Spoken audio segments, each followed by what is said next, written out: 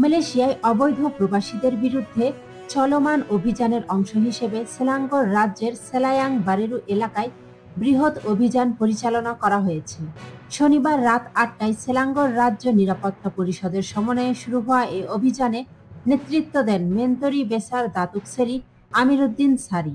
এতে অভিবাসন বিভাগ, রয়্যাল মালয়েশিয়া পুলিশ, শ্রম বিভাগ, মাদক বিরোধী সংস্থা ও স্থানীয় কর্তৃপক্ষ সহ বিভিন্ন সংস্থা অংশ নেয়।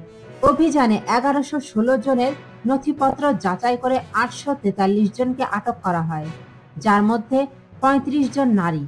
আটক ব্যক্তিদের মধ্যে মিয়ানমারের ৬৪৭, নেপালের ১০২, বাংলাদেশের ৭৯, ইন্দোনেশিয়ার ১৫ ও ভারতের ১০ জন রয়েছেন। তাদের বয়স ২১ থেকে ৫৩ বছরের মধ্যে এবং অনেকের পরিচয়পত্র নেই।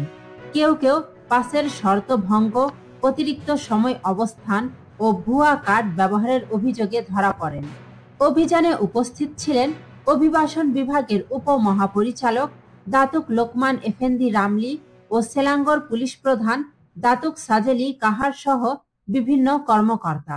মেন্তরি বেসার জানান, বিদেশিদের আধিক্য ও অবৈধ ব্যবসা পরিচালনার অভিযোগের ভিত্তিতে অভিযান চালানো হয়েছে।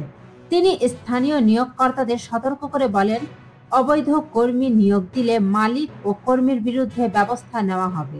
তিনি আরও জানান, কুয়ালালামপুরের কাছে হওয়ায় বিদেশিদের সেলায়াং এলাকায় বাসের আগ্রহ বেশি, তবে আইন ভঙ্গ করলে কঠোর ব্যবস্থা অব্যাহত থাকবে।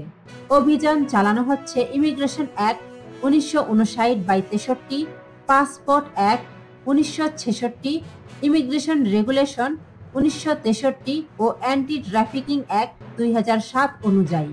অবৈধ অভিবাসীকে আশ্রয় বা লুকানো অপরাধ উল্লেখ করে তিনি সবাইকে সতর্ক হতে বলেন।